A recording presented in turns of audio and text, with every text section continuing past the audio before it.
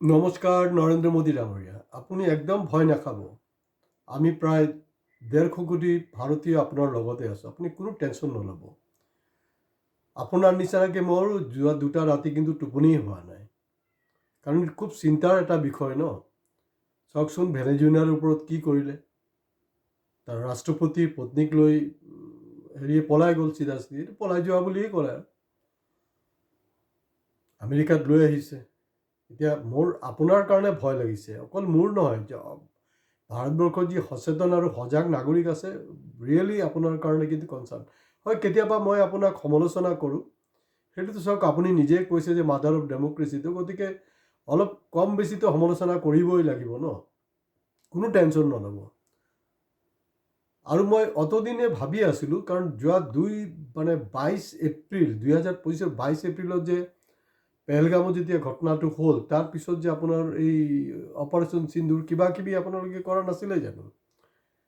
আৰু সেই সময়ছোৱাৰ পৰাই ইতিমধ্যে ডোনাল্ড ট্ৰাম্পে শতাধিকবাৰ দাবী কৰিছে যে ইণ্ডিয়া পাকিস্তানৰ যুদ্ধ মই ৰখাইছোঁ, মোৰ মধ্যস্থতাতে হৈছে। তো গতিকে সেই বিদেশ মন্ত্ৰী জয়শংকৰ সেইবিলাকৰতো কাম নাই, বেলেগ কোনোবা মিনিষ্টাৰে সিহঁতি মাজে সময়ত এইটো মানে ডিনাই কৰে।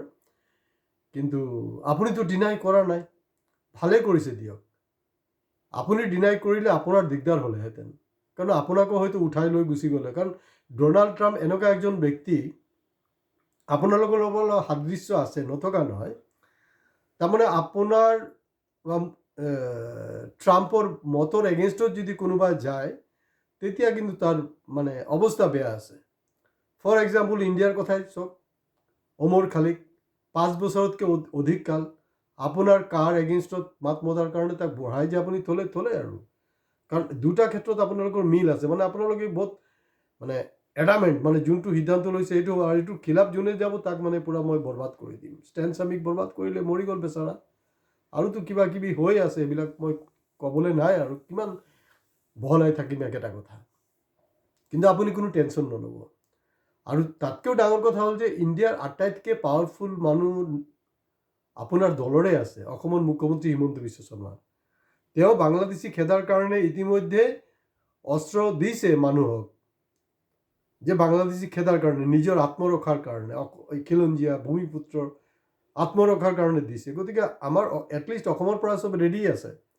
হয়, যদিও ট্ৰেক ৰেকৰ্ডে কৈছে যে গুজৰাটৰ পৰা শ্বহীদ হোৱা মানুহৰ সংখ্যাটো কম যুদ্ধত, কাৰণ আপোনালোকৰ ফালৰ পৰা কম হয়,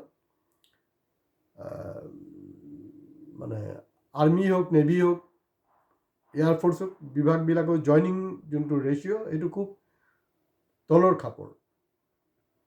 তো গতিকে তাত যিটো হৈছে সেইটোতো আপুনি গম পায়। কিন্তু আমি আশা কৰিছিলোঁ, চাওক আপুনি ইমান কেলে ভয় খাই আছে। আপুনি 56 ইঞ্চিৰ বুকু, ডিঙিত অসমীয়া গামোচা লৈ একদম, মানে আপোনাৰ ভাষাত কি বুলি কয়, মোদী হে তো মুমকিন হে, এক মোদী কে সামনে হৰ কোই ভাৰী, ছৌ পৰা ভাৰী, কিবা কিবি আপুনি পাৰ্লামেণ্টতো কয়, বাহিৰতো কৈ আছে। এটলিষ্ট ৰিয়েক্ট কৰক আপুনি। তাৰমানে আপুনি যে ভয় খাইছে, এইটো কেনে আমি অনুমান কৰিব পাৰিছোঁ, আৰু এইটো কেলে চৰ্চা হৈছে জানেনে? আপুনি কৈছে যে আপুনি উদ্বেগ প্ৰকাশ কৰিছে। ইয়াত উদ্বেগ নহয়, চাইনাৰ নিচিনা ৰঙা চকু দেখুৱাওক। চাইনাতো তেওঁতো বন্ধু নহয় জানো? পুটিনো আপোনাৰ বন্ধু, তেওঁ কিন্তু একেবাৰে ৰঙা চকু দেখুৱাইছে। তেনেকুৱা এটা স্থিতি লওক, এই চব কি কৰি আছে। হয়, মই জানো আপোনাৰ অলপ জটিলতাও আছে, কাৰণ এই যে ট্ৰেড এগ্ৰিমেণ্টখন হ'বলৈ বাকী আছে ন। গতিকে কাৰণ ট্ৰেড এগ্ৰিমেণ্টত অলপ 19-20 খেলি মেলি হ'লে আপোনাৰ বন্ধু আদানী আম্বানী গ'ল আৰু। তো বহুত বিপদ আছে, মই জানো আপোনাৰ অৱস্থাটো। কিন্তু আপুনি একবাৰ সাহস কৰক, একবাৰ মোদী গেৰেণ্টি হিচাপে আমি এইটোকে ধৰি লওঁ, আমাৰ 15 লাখ টকা নালাগে মোদী ডাঙৰীয়া। আমাৰ প্ৰতি বছৰে 2 কোটি নিবনুৱাৰো সংস্থাপন নালাগে। আৰু এই 16 মে আকৌ 2026 আহি পালেই, 16 মেৰ পিছত বাংলাদেশী টালি টোপনালৈ যাবও নালাগে। কমচে কম আপুনি একবাৰ মূৰ দাঙি অসমীয়া গামোচাটোৰ ডিঙিত বান্ধি আপুনি কওক যে ট্ৰাম্প সব বন্ধ কৰ এই সব, নহ'লে তোৰ খেৰ নাহি। এইটো কৰক। আপুনি মনে মনে কেলে আছে? আপুনি উদ্বেগ প্ৰকাশ কৰিছে। মিনিংটো হ'ল হয় নেকি, ঠিকেই আছে। মই ট্ৰাম্প দোস্ত, মই কিন্তু এনেকুৱা নকৰোঁ দেই। আপোনাৰ দোস্তে হয়তো আপকি বাৰ ট্ৰাম্প চৰকাৰ প্ৰট'কল ভংগ কৰি দেশ স্বাধীন হোৱাৰ পিছত আপুনিহে কৈছিলে আমেৰিকাত গৈ। আৰু এই মুহূৰ্তত যোনটো ক্ৰাইচিছ, এই মুহূৰ্তত ক্ৰাইচিছত মোকাবিলা কৰাৰ নিচিনা আপোনালোকে যিমানে চাইনা ফাইনাৰ কথা যিমানে যি কৰি থাকক, এই মুহূৰ্তত তেওঁৰ জৱাহৰলাল নেহৰুৰ যে কূটনীতি, তেওঁৰ যে লিডাৰশ্বিপটো আমাক কিন্তু বাৰে বাৰ মনত পেলাই আছে। গতিকে তেনেকুৱা এটা স্থিতি লওক আপুনি। হ'ব পাৰে আপুনিতো ভুল ভাল বহুত কিবা কিবি বকি আছে ন ডেইলি। সপোনত নেহৰু, দিনত ৰাহুল, সেইবিলাক চলি আছে। সঠিক সময়ত সঠিক উত্তৰ দিয়ক। ভয় নাখাব। আপোনাক উঠাবলৈ আহিলে আপোনাৰ বজৰং দল আছে, RSS আছে, বিশ্ব হিন্দু পৰিষদ আছে, কোনো টেনশ্যন নল'ব। খালি এটা আপুনি এডভান্টেজ পজিশ্যনত আছে। সেই এডভান্টেজ পজিশ্যনটো হ'ল ভেনিজুৱেলাৰ প্ৰেচিডেণ্ট তেওঁৰ পত্নীক লৈ উঠাই গুচি গ'ল।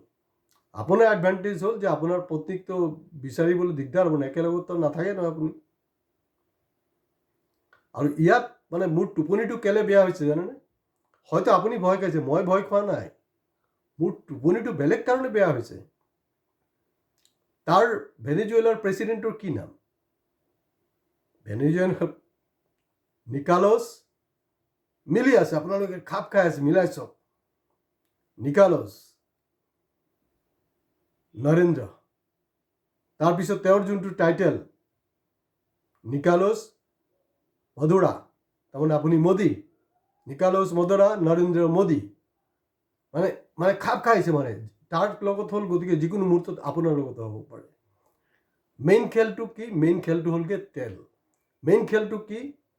নেচাৰেল ৰিচোৰ্চৰ ওপৰত কণ্ট্ৰল কৰা আমেৰিকাৰ, সেইটোৱে দপদপানি।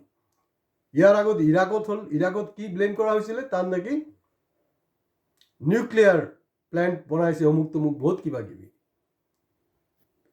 আফগানিস্তানে কওক, লিবিয়া কওক, তাত এই ধৰণৰ নেৰেটিভবিলাক কৰিছে। কিন্তু যদি ট্ৰাম্পৰো হিম্মত থকা হ'লে নহয়, যেনেকৈ আপুনি এটা বিষয়ত হিম্মত কৰিব পৰা নাই, তাক মানে ৰঙা চকু দেখাবলৈ, আপোনাৰতো ৰঙা নহয়, আপোনাৰতো গেৰুৱা চকু, গেৰুৱা ৰং, আপুনি দেখাবলৈ যেনেকৈ সক্ষম হোৱা নাই। ট্ৰাম্পো এটা হ'ল নহয়, এই যে উত্তৰ কোৰিয়া বা দক্ষিণ কোৰিয়াৰ সেইটো বহুত ডেঞ্জাৰ এজন প্ৰেচিডেণ্ট নাই জানো? যি খুচি তাৰ আৰু তাৰ মাইকীক উঠাই আনিব লাগিছিলে। মই তেতিয়াহ'লে ট্ৰাম্পক চেলুট মাৰিলোঁ হয়। গতিকে মোৰ ভয় হ'ল, আপুনিতো বাস্তুশাস্ত্ৰ, এই চব কি বুলি কয়, ৰাখি গণ, সেইবিলাক বহুত মানে নহয়।